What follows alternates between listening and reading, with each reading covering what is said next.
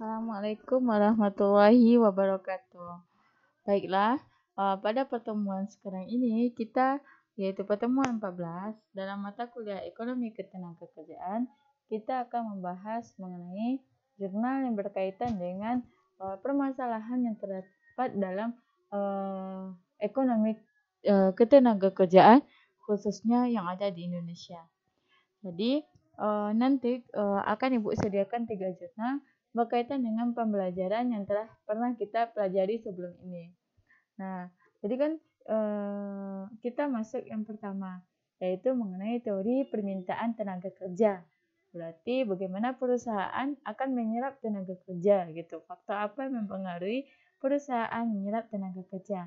Jadi yang pertama kita fokus kepada permintaan tenaga kerja. Nah, nanti yang kedua baru mengenai penawaran tenaga kerja. Kemudian baru melihat bagaimana keseimbangan permintaan tenaga kerja, apakah terdapat pengangguran atau malah kelebihan dalam tenaga kerja. Yang pertama yaitu permintaan tenaga kerja. Berdasarkan buku yang sudah saudara baca, banyak faktor yang mempengaruhi dari permintaan tenaga kerja dalam sebuah perusahaan. Yang jelas apa? Yaitu upah. Jadi sebelumnya di buku Don Billante itu jelas sekali mengatakan bahwa upah itu faktor yang sangat mempengaruhi permintaan tenaga kerja dalam sebuah perusahaan. Kemudian juga ada modal dasarnya ya. Yang lain yaitu apa? Yaitu seperti modal, ya kan? Modal juga mempengaruhi permintaan tenaga kerja dalam sebuah perusahaan. Itu juga sudah pelajari sebelumnya teorinya. Kemudian ada juga keputusan seseorang mengambil keputusan pemberi kerja itu mengambil tenaga kerja atau menyerap tenaga kerja itu tergantung daripada apa? Yaitu tergantung daripada perbedaan upah. Jadi bisa saja perbedaan upah juga mempengaruhi permintaan tenaga kerja. Jadi fokus dari buku Don Billante itu lebih kepada upah ya. Tapi juga nanti akan berkaitan dengan bagaimana aspek non upah yang diinginkan oleh pemberi kerja. Seperti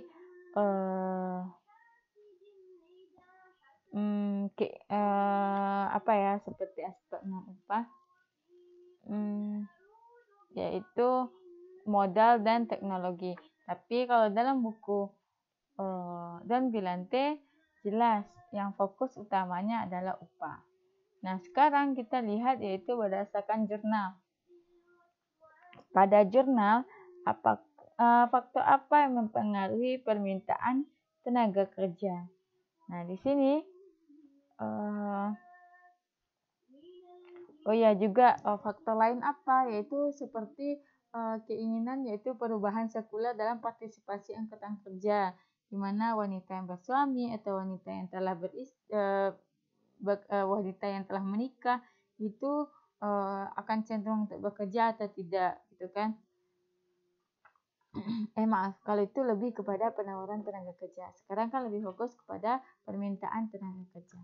Yang fokus dalam buku itu yaitu tadi upah, kemudian hukum kependudukan, itu yang menjadi permintaan dari tenaga kerja. Dan upahnya itu biasanya yang dipakai apa? Yaitu upah yang minimum kalau dalam buku yang telah kita pelajari. Kita lihat yaitu contoh jurnal yaitu mengenai permintaan tenaga kerja. Nah, di sini Ibu menggunakan yaitu jurnal ini. Itu mengenai penyerapan tenaga kerja. Nih, jurnal IP dari UNUD, Universitas Udayana mengenai ini oleh Liliawati dan Madekembar Sribudi. yaitu analisis faktor yang mempengaruhi penyerapan tenaga kerja dan efisiensi usaha industri furniture kota Denpasar. Jadi Liliawati dan Sri Budi ini menganalisis bagaimana penyerapan tenaga kerja dan efisiensi usaha industri furniture. Jadi dia lebih fokus kepada industri furniture di kota Denpasar. Jadi salah satu kota yang ada di Indonesia. Nah, untuk melihat secara ringkas, mungkin sudah dipelajari di Metopen. Saudara bisa baca pada abstrak. Nah, apa yang menjadi masalah bagi si Liliawati? Jadi dia mengatakan, dalam usaha percepatan pembangunan ekonomi, industrialisasi merupakan salah satu strategi yang dilakukan pemerintah untuk meningkatkan taraf hidup masyarakat. Nah, tujuannya ini adalah menganalisis, mengetahui faktor yang mempengaruhi penyerapan tenaga kerja dan efisiensi usaha pada industri furniture di kota Denpasar. Jadi, masalahnya mungkin tidak akan nampak secara jelas dalam abstrak, tapi tujuannya jelas, yaitu apa? Menganalisis dan mengetahui faktor-faktor yang mempengaruhi penyerapan tenaga kerja dan efisiensi usaha pada industri furniture di kota Denpasar. Nah, data penelitian menggunakan data primer dengan mengambil sampel sebanyak 116 responden. Teknik sampel yaitu cluster proportional sample, random sample, di mana ini berarti data yang digunakan adalah metode yang digunakan adalah metode kuantitatif dengan menggunakan data primer. Kenapa? Karena ada nanti berupa kuesioner di sini. Kemudian ini adalah hasil.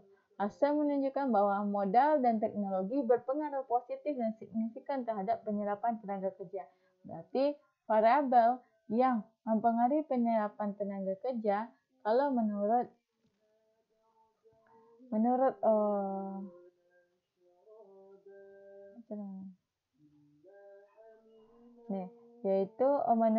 Liliawati itu dia menggunakan dua hal ini, yaitu modal dan teknologi. Kemudian terhadap tenaga kerja, dan nanti juga akan melihat bagaimana dia terhadap efisiensi usaha furniture. Jadi ada dua penelitiannya, yaitu dua hal yang akan dia lihat terhadap penyerapan tenaga kerja dan bagaimana efisiensi usaha industri furniture. Dan ini sebenarnya juga bisa saudara jadikan sebagai contoh dalam skripsi saudara. Jadi faktor misalnya yang mempengaruhi penyerapan tenaga kerja pada usaha karak kalyang di karak kalyang Bundo misalnya yang ada di Bukit Tinggi, atau karak kalyang yang ada di kota Bukit Tinggi. Nanti dilakukan sampel. Nah, kenapa dia fokus bukan kepada karak kalyang? Karena tadi, jadi dia mensorot penelitian yaitu berupa industri furniture. Nah, terus kenapa kotanya adalah kota Denpasar? Nah, bisa dibaca dalam pendahuluan. Jadi alasannya itu apa? Jadi Indonesia sebagai negara berkembang itu bertujuan untuk meningkatkan dan memajukan kesejahteraan masyarakat melalui pembangunan. Nah, sektor kerja dan pengangguran adalah hal yang sangat terkait dalam mengatasi kemiskinan, ya kan? Nah, untuk mewujudkan hal ini, jadi yaitu untuk mewujudkan apa? Yaitu tujuannya untuk mewujudkan kesejahteraan masyarakat melalui pembangunan, maka pemerintah bisa mengembangkan industri yang ada di Indonesia baik di skala kecil, menengah maupun besar. Nah, itu sebenarnya tujuannya kenapa ambilnya adalah industri furniture, karena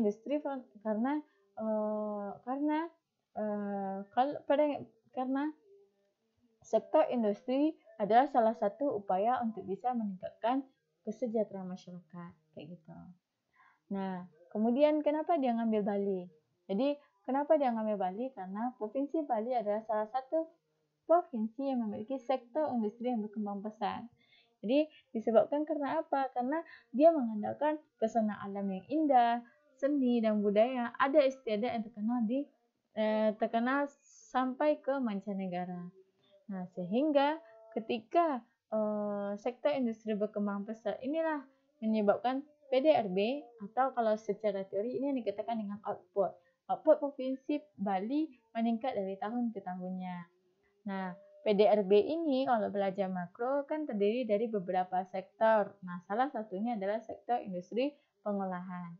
Nah, terlihat bahwa sektor industri pengolahan di uh, uh,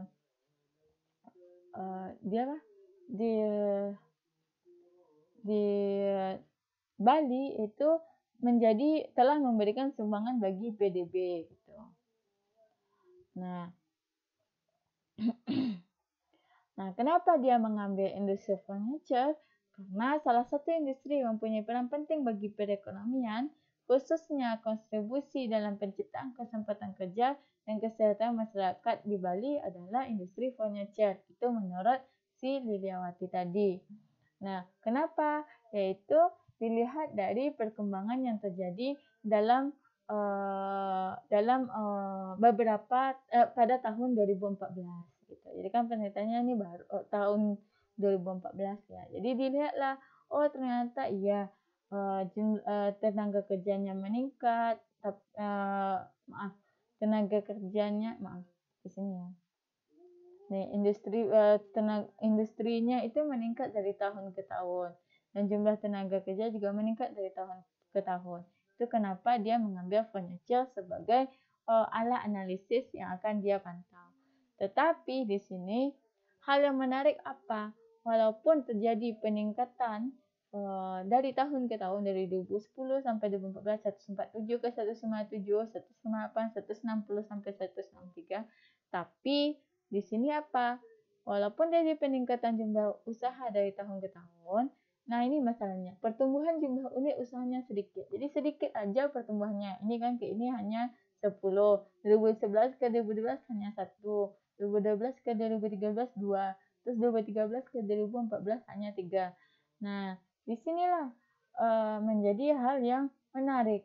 Berarti pengembangan industri furniture belum optimal mengingat masalah yang dihadapi industri furniture sekarang ini, seperti modal dan teknologi yang dipergunakan untuk keberhasilan industri dalam menyerap tenaga kerja yang maksimal untuk mencapai efisiensi. Nah ini, jadi dia menduga bahwa modal dan teknologi lah yang menyebabkan jumlah industri itu enggak berkembang pesat. Dia mengalami peningkatan tapi tidak berkembang secara cepat. Nah, makanya nanti dilihatlah penggunaan modal nya bagaimana, kemudian yang diduga tadi juga ada teknologi gitu. Jadi gitu cara membuat latar belakang. Apa masalah yang akan diambil? Kenapa mengambil industri sebagai objek penelitian? Kenapa objek penelitiannya ada di Kota Depansa? Saudara harus drop masalah tersebut dan angkat apa yang bagus. Kalau ini kan yang dia angkat adalah industri ini bagus karena menyumbang dalam PDB. Ternyata walaupun industrinya bagus tapi pertumbuhannya itu nggak besar gitu. Walaupun dia mengalami peningkatan tapi pertumbuhannya nggak besar. Nah, ada masalah di sini. Apa masalahnya? Mungkin karena penyerapan tenaga kerja yang sedikit kayak gitu. Nah, jadi dicarilah alasan kenapa bisa penyerapan tenaga kerja itu sedikit sehingga nanti akan mempengaruhi efisiensi usaha. Ini silahkan baca sendiri kajian pustaka, berarti yang diambil dari buku atau teori. Kemudian juga bisa literatur review, nanti diambil dari jurnal. Nah, metode yang digunakan di sini, metode kuantitatif berbentuk asosiatif dengan menggunakan dua variabel bebas, yaitu menggunakan modal dan teknologi. Satu variabel intervening dan dua variabel terikat. Jadi ada dua variabel terikat. Apa tadi? Yaitu penyerapan tenaga kerja dan efisiensi usaha. Variabel bebasnya apa? Yaitu modal dan teknologi.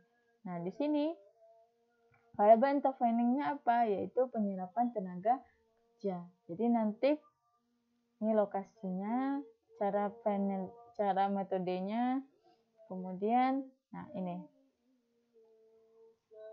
Jadi ini adalah penelitian yang akan dia lakukan.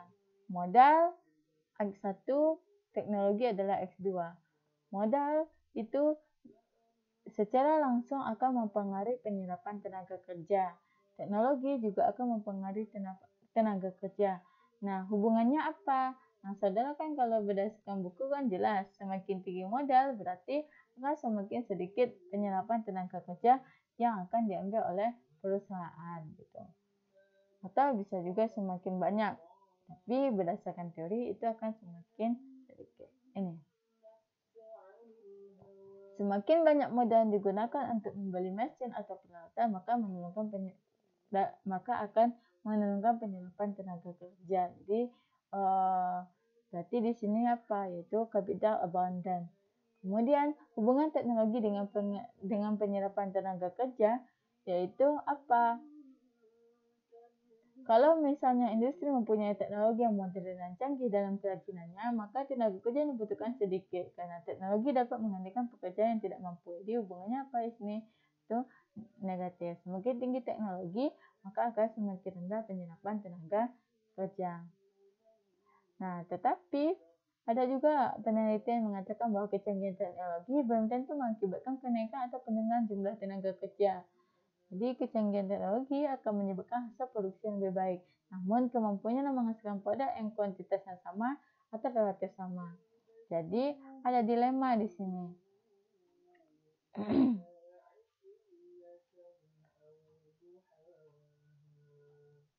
Gitu.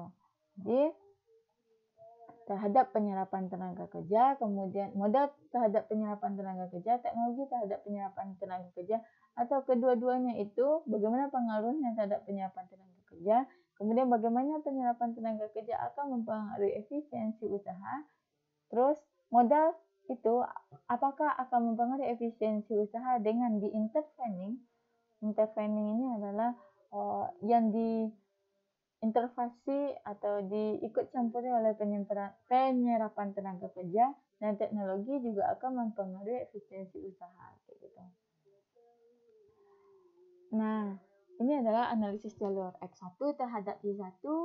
X1 tadi adalah X1 adalah modal, X2 adalah teknologi. X1 terhadap Y1 terlihat bahwa apa di sini seknya kecil dari 0,05.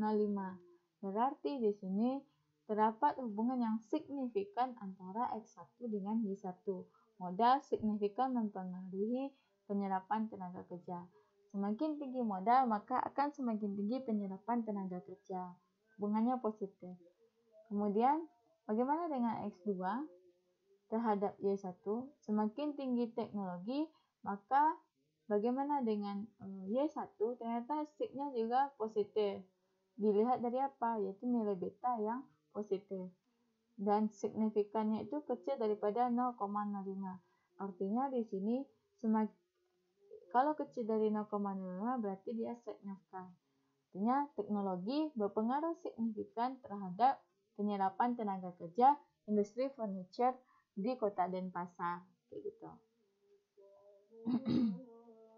Nilainya adalah positif.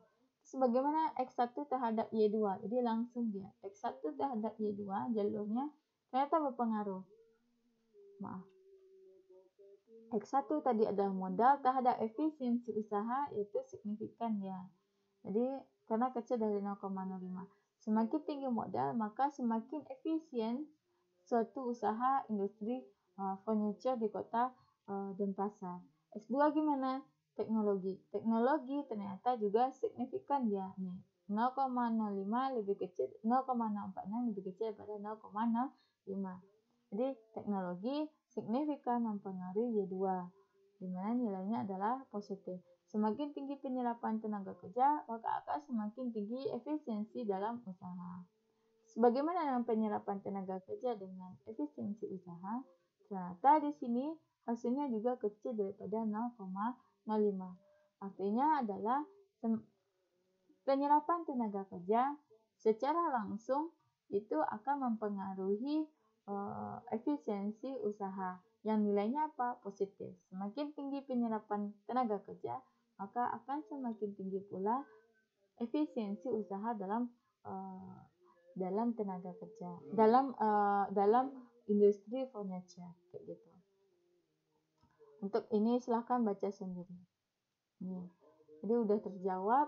Kemudian ini adalah pengaruh tidak langsung melalui variabel intervening silahkan dibaca. Berarti bagaimana modalnya mungkin itu adalah dipelajari pada saat metode penelitian. Jadi apa yang bisa kita simpulkan? Ini.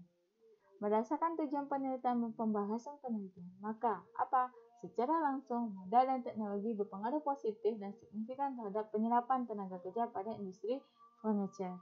Nah, secara langsung, teknologi dan penyerapan tenaga juga positif signifikan terhadap efisiensi usaha furniture. Kalau yang tidak langsung, yaitu dengan adanya intervending, secara tidak langsung apa? Juga mengalami apa? Yaitu juga bisa meningkatkan efisiensi usaha serta efisiensi usaha di kota dan pasar. Nah, jadi apa yang bisa disimpulkan? Apa yang bisa dikasih saran di sini? Jadi karena tadi modal dan teknologi mampu meningkatkan penyerapan tenaga kerja, maka diperlukanlah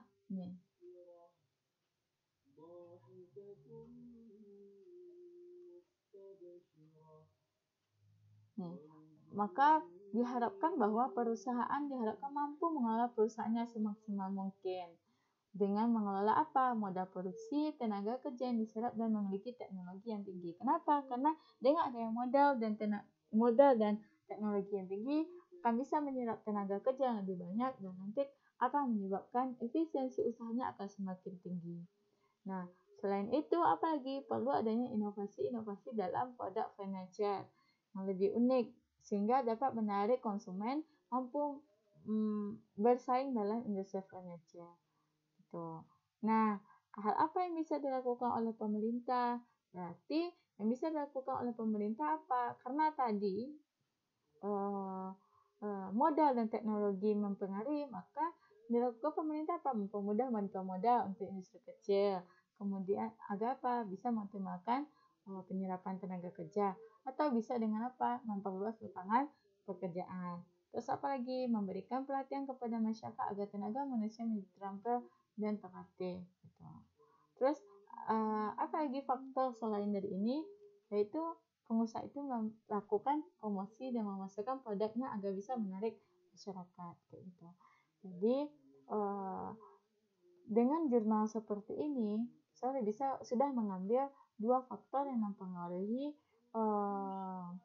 penyerapan tenaga kerja. Jadi di sini kan tadi berdasarkan teori buku misalnya Don Delante kan, dia lebih kepada upah.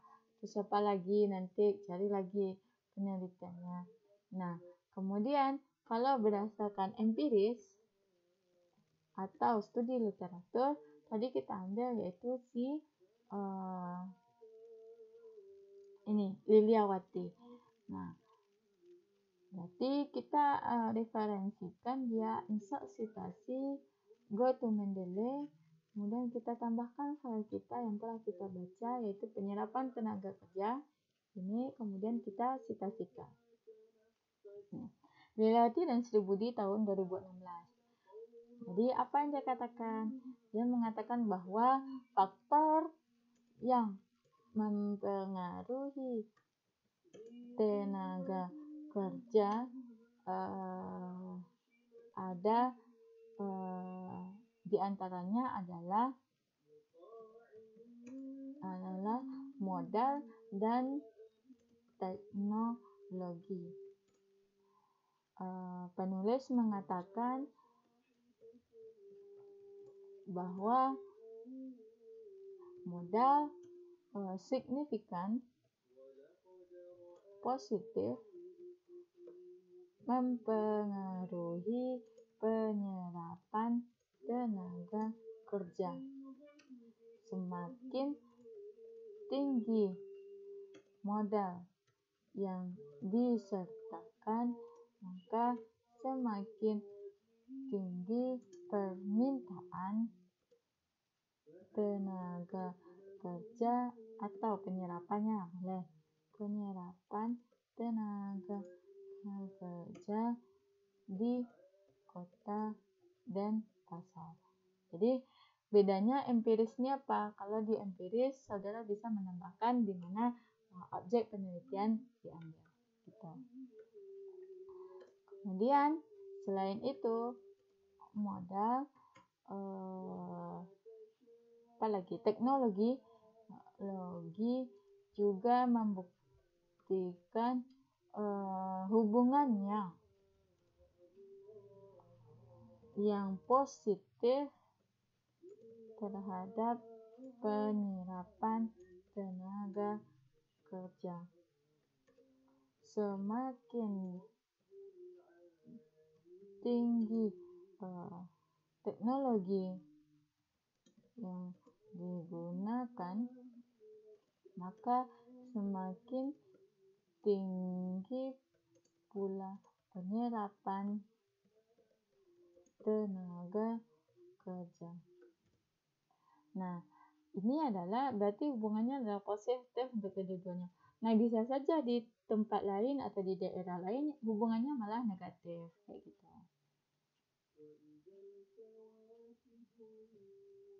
Ini buat perbesar tadi ya. Gitu.